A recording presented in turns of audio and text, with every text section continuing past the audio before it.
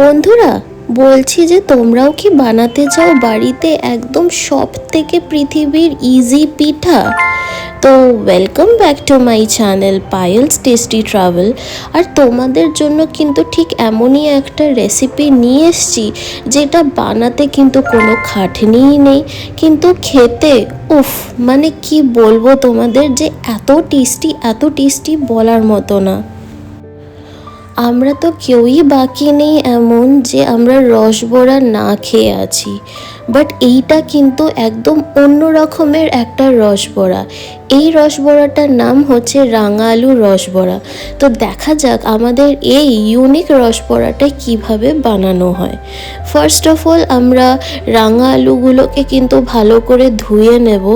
তারপর এটা আমরা প্রেসার কুকারে মধ্যে দিয়ে একটু জল দিয়ে ওর মধ্যে এটাকে কিন্তু আমরা সিদ্ধ করতে বসিয়ে দেব।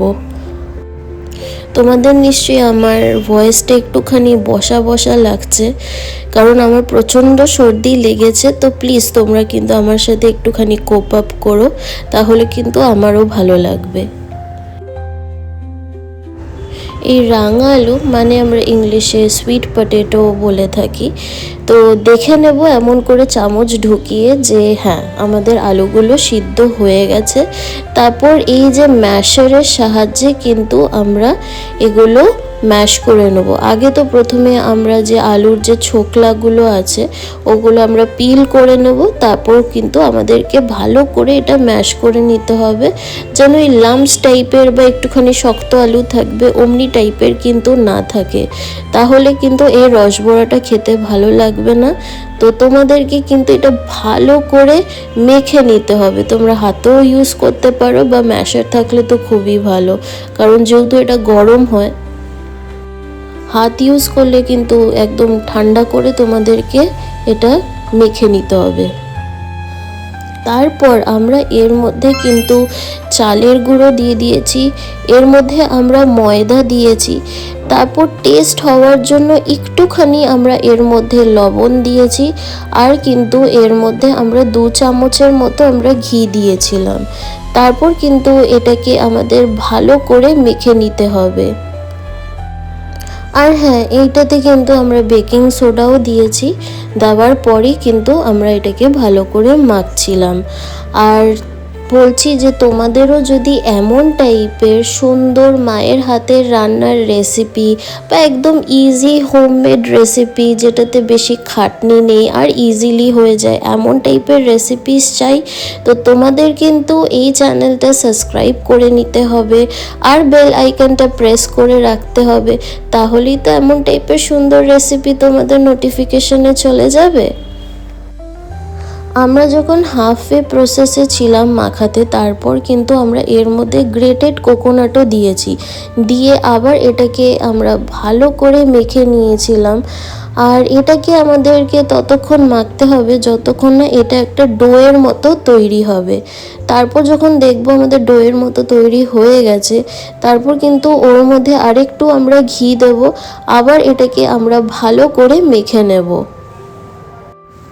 আর তোমরা কে কোথার থেকে এই ভিডিওটা দেখছো আমাকে কিন্তু কমেন্ট সেকশনে একটুখানি বলো, কারণ তোমাদের সাথে কথা বলে ইন্টারঅ্যাক্ট করলে আমাদেরও ভালো লাগে।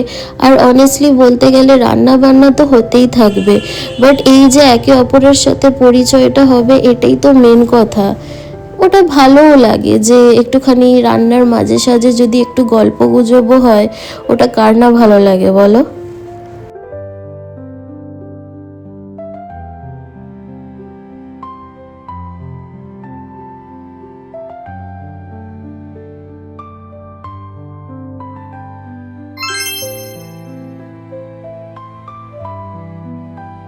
আমাদের ডো একেবারে মাখা হয়ে গেছে, তোমরা ভিডিওতে দেখতেই পেরেছো।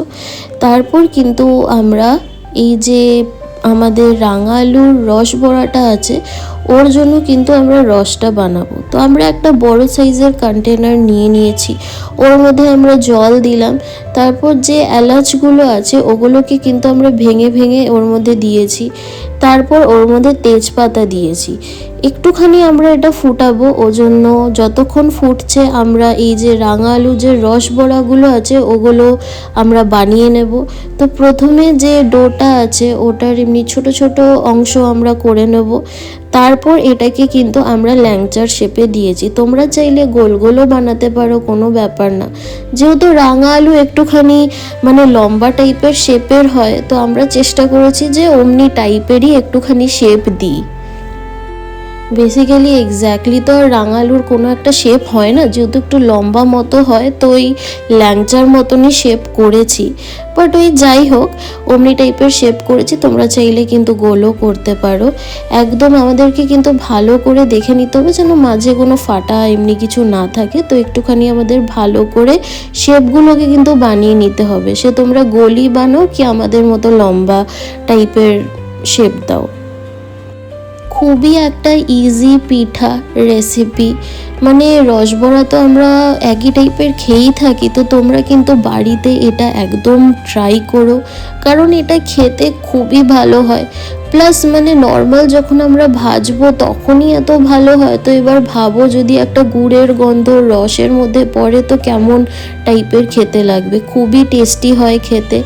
তো রিকোয়েস্ট করছি একবার হলেও তোমরা বাড়িতে এটা বানিও আর নিজের প্রিয়জনদেরকে এইটা কিন্তু দিও, সিরিয়াসলি বলছি, খুবই ইজি বানানো, প্লাস খেতেও কিন্তু মারাত্মক ভালো। আর দেখতেই পাচ্ছ আমাদের এই ছোট ছোট এই ল্যাংচা শেপের বলতে গেলেই করেছি, তো এমনি এগুলো তৈরি হয়ে গেছে। তারপর যে আমরা এলাচ আর তেজপাতা দিয়ে জলটা ফোটাচ্ছিলাম এতক্ষণ, এর মধ্যে আমরা তারপর নলেন গুড় দিয়ে দিয়েছি। এবার এটাতে কিন্তু যেহেতু আমরা কোনো চিনি দিইনি, তো এইটা একটুখানি হালকা আমরা মিষ্টিটা বেশিই করব, কারণ এটা সোক করলে একদম মাইল্ড হয়ে যাবে। তো দেখতেই পাচ্ছ আমরা বেশ কয়েক হাতা এর মধ্যে কিন্তু গুড় দিয়ে দিয়েছি, তারপরে এটাকে আমরা ভালো করে নাড়িয়ে চাড়িয়ে নিয়েছি। বেশ আরও কিছুক্ষণ কিন্তু এটা আমাদেরকে ফোটাতে লাগবে। আর হ্যাঁ, মিষ্টির ব্যাপারটা কিন্তু যে যার অনুযায়ী তোমরা কিন্তু করো, আমরা একটু হালকা মিষ্টি পছন্দ করি, তো একদম যে খুব কটকটে মিষ্টি হয়েছে যে অমনি না, একদম মাইল্ড মিষ্টি, যেটা যদি তোমরা 10-12টাও এটা খেয়ে নাও তাহলেও কিন্তু গাটা গোলাবে না। আমাদের রস একেবারে তৈরি, এবার আমরা এইগুলোকে ভাজবো। তো একটা কড়াইয়ের মধ্যে আমরা তেল নিয়ে নিয়েছি, তেলটা আমরা কিন্তু গরম করতে রেখে দিয়েছি।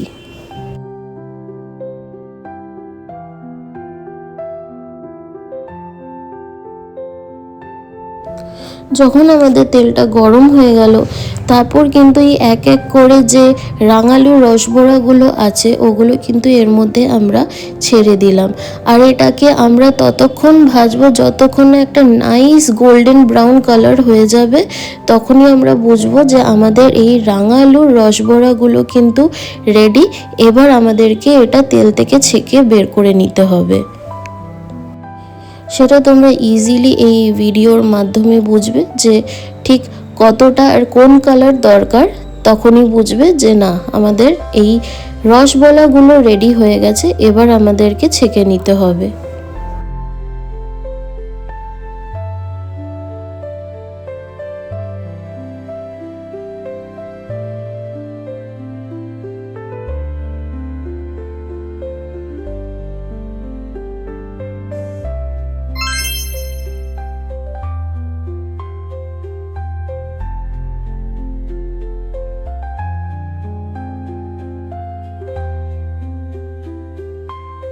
দেখতেই পাচ্ছ পুরো একদম নাইস একদম গোল্ডেন ব্রাউন কালার হয়ে গেছে এর মধ্যে। আর হ্যাঁ, আমরা বেকিং সোডাটা কেন দিই, কারণ ভেতর থেকে এটা বহুত ফ্লাপি হয় খেতে।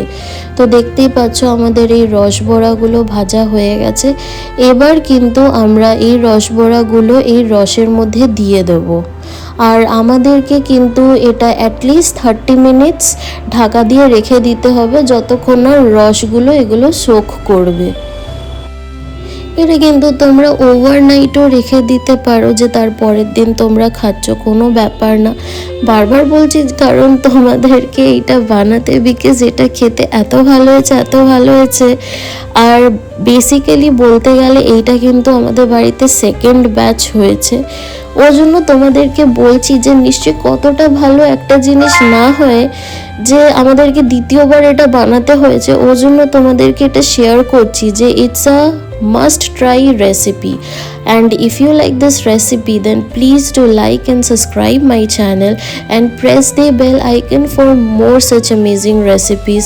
Comment section এ কিন্তু প্লিজ তোমরা জানাবে বাড়িতে বানিয়ে যে তোমাদের এটা কেমন লাগলো, কারণ এইসব যে তোমাদের ওয়ার্ডসগুলো আছে এগুলো কিন্তু আমাদেরকে এনকারেজ করে। আজকের মতো এতটাই, অ্যান্ড আবার দেখা হবে তোমাদের সাথে এমনই দারুণ রেসিপিস নিয়ে। টিল দেন সকলে ভালো থেকো, and thank you for watching my video. Bye everyone, have a good day.